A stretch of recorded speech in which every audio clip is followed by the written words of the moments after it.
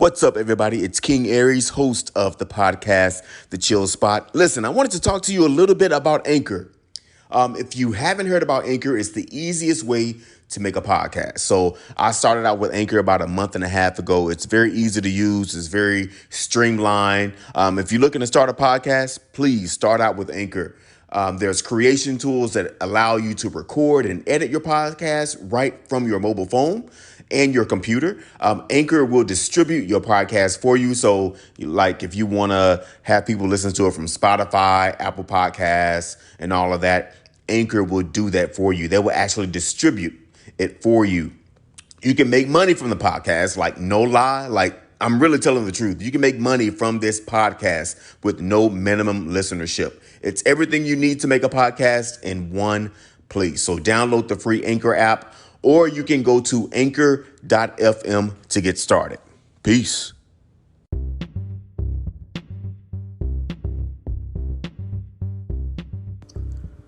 Chill listeners, welcome back.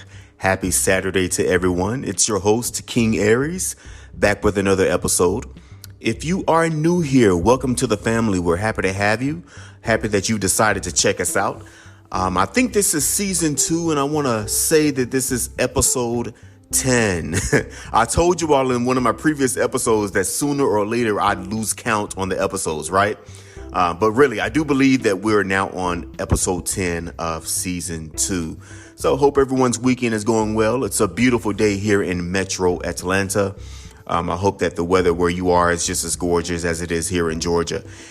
Anyway, I felt like I wanted to do another episode regarding employment with regards to job searching during the pandemic that we're in, or should I say partial pandemic, because now things are now beginning to open back up, like restaurants, bars, clubs, lounges, retail establishments, outside of the major retailers that are now back open and so forth. So listen, the pandemic didn't stop people from looking for jobs or getting new jobs. Let's be clear. People are still leaving their employers due to finding new employment during this pandemic. And how do I know? Well, I have friends who work in HR, so I hear it all the time. Not to mention, yours truly works in HR as well. So yes, it's real. So stay tuned, because I'm going to give you some good tips on searching for jobs during this pandemic era and what to expect. So you do not want to miss this.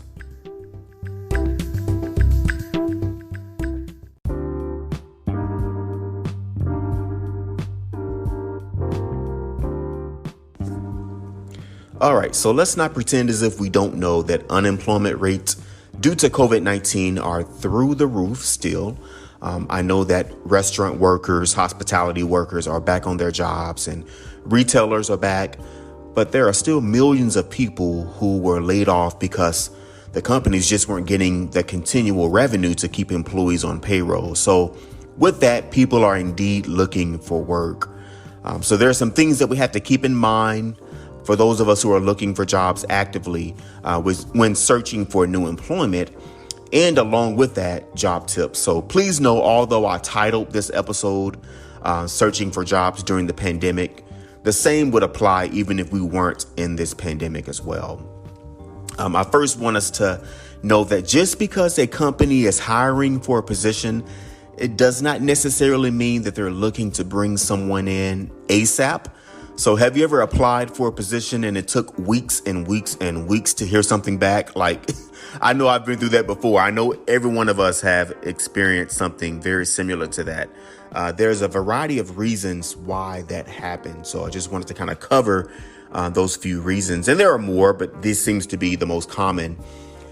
For one, it could just be an overflow of resumes, right? So recruiters and hiring managers may be up to their necks in resumes. So be patient and just try to understand. And notice that I said try, because for job hunters, job seekers, a week could seem like a lifetime, but just be patient. Another reason could be is that the hiring manager may have a need for a backfill or replacement, but they may not necessarily have a strong need to rush to fill that position. An example could be due to the pandemic. Let's say that a call center's call volume in the call center is extremely low for, due to the pandemic. Although the hiring manager has an opening for a customer service rep, they may not be in a rush to interview or do callbacks at that very moment because they don't have an immediate need to fill that role because they're not getting a lot of calls coming into that call center. So it's really the hiring manager's push that will have the recruiter calling you back. Another reason could be that the hiring manager could be busy with their daily duties and haven't gotten around to requesting the recruiter to call you back. So let me elaborate on this. After your resume has been submitted, after you submit your resume on the jobs website or Indeed or wherever you submit your job to the company, the recruiter can very well give you a call and perform a pre-screening if they like your resume. If they like you, they'll inform the hiring manager and who will likely follow up with you, right?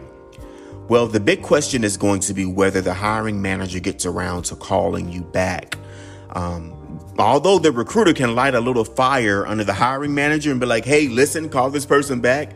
But it's really up to the hiring manager to really take that next step forward. Believe me, recruiters do not want to lose a candidate because if they lose that candidate due to no one calling them back, that recruiter has to start all back over. So I promise you that they do not want to lose a candidate.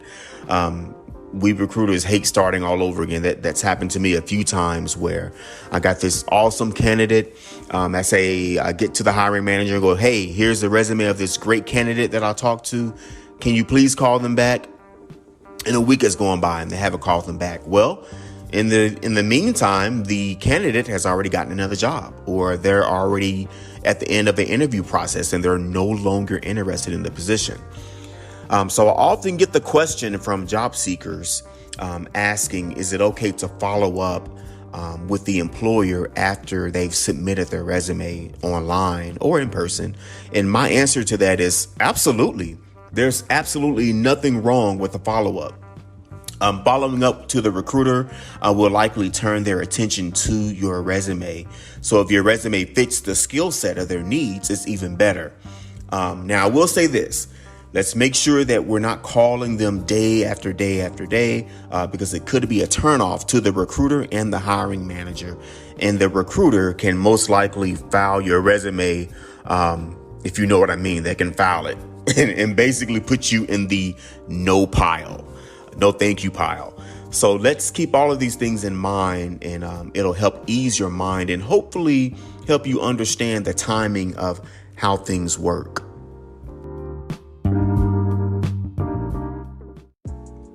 So check this out. Everyone hates doing their own resume and or cover letter, right?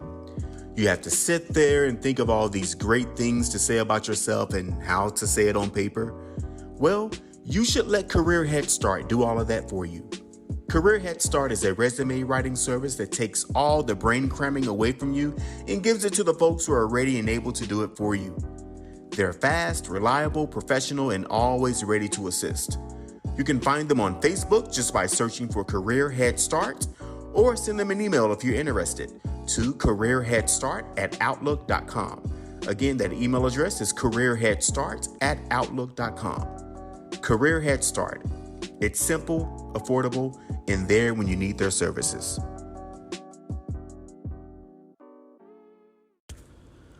So we all know that we are juggling the coronavirus. So the way things are handled as far as the interview process is totally different than how it was handled pre-corona. So many companies are using technologies such as Zoom, Skype. There's even one called GoToMeeting, etc., to do their interviews. Employers are asking which application you're most comfortable with as far as using, and Zoom seems to be the most popular one. I'll say you want to at least have Zoom downloaded on your mobile device or on your home computer or laptop, just so you know how it works and it's not total Greek to you once you use it. If your interview happens to be an in-office interview, always expect that they're very likely going to take your temperature and ask you to have on a mask. Usually mask will be mandatory in many cases prior to your interview in light of COVID-19. So you've interviewed and now you're waiting for a call back. This is the point where you are mentally going crazy. Your interview went well. You feel as if you answered all the questions with confidence and you didn't stutter. Believe me, I know waiting for a call back is nerve-wracking. It truly is. But even if you ask the hiring manager, when can I expect a call back? They really, truly just know this. They truly don't know most times. They have no idea. And this is especially true if they have another interview after you. They could have maybe a half dozen interviews. So they can tell you, oh, sometime next week. But just know that they truly don't know. You can never know what's going to happen a week from now. So although there's nothing wrong with asking that question, just know in the back of your head, they really may not know and could be providing you an answer just to satisfy the question at that time. So during this period, the hiring manager is likely still interviewing for the role. But if they like what they saw and heard, they can very well tell the recruiter to stop all searches because they believe they have found that one person who they can potentially make an offer to. I really want to tell you all an important point during this part of the interview process. The way you present yourself over the phone and in person can a lot of times determine a decision. So there have been many times where the hiring manager has had a hard time making a decision around 2 or 3 people, and they'll ask the recruiter. I've gotten this before. They'll say, who do you think I should go with out of these 2 or 3 people? Like, I liked all 3 of them. They had a great resume. They had a great personality and all of this. I cannot tell you how many times I've gotten this from hiring managers. If the candidate is approachable, likable, they really stick in the minds of the recruiter. So that's very important. I've had times where a candidate would come in and they would really kind of be wishy-washy, like they really weren't happy to be here at the interview. And that sticks in a recruiter's mind and sometimes in the hiring manager's mind as well. And it could be a determining factor on whether they really think you're going to be someone who's able to work with the team. So always keep that in mind. Another important tip: if you are actively looking for a job, you're an active job searcher, please ensure that your voicemail is not full.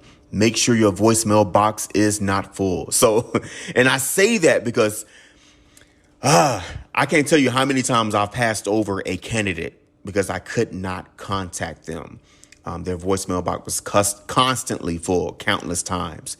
Check your voicemail. Clean out your voicemail box. Tongue twister.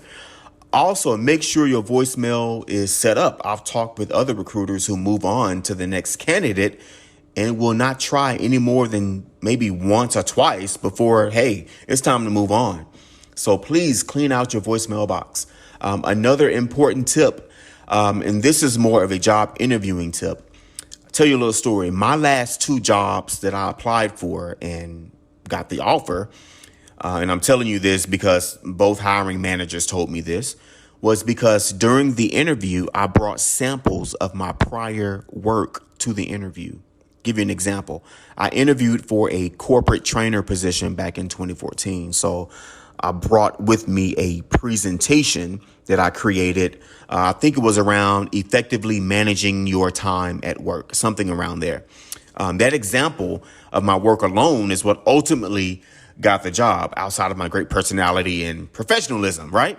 So bring samples of the work you've done, especially if it's something that you can bring outside of that job. I know some things that you create that the company pretty much owns at that point in time. But if you can bring something that you created and that is truly yours, bring that in because there's nothing like seeing an example of something that you actually did. And also remember that the interview process is you selling yourself. From the time you answer the phone when the recruiter calls to the moment during the interview, you are leaving a lasting impression with both the recruiter and the hiring manager. If you're searching for a job during these pandemic times, please do not be discouraged. Keep going. Be patient. stay determined. Thank you all for joining me. I hope you all received these tips with an open and embracing mind. Have a wonderful rest of your weekend. And until next time, my chill listeners, talk to you later. Listen, guess who's on IG now? You got it. Your favorite podcast, The Chill Spot, is now on Instagram. Make sure you go and add us. Instagram name is chillspot_podcast. Again, chillspot_podcast. Look forward to seeing you there.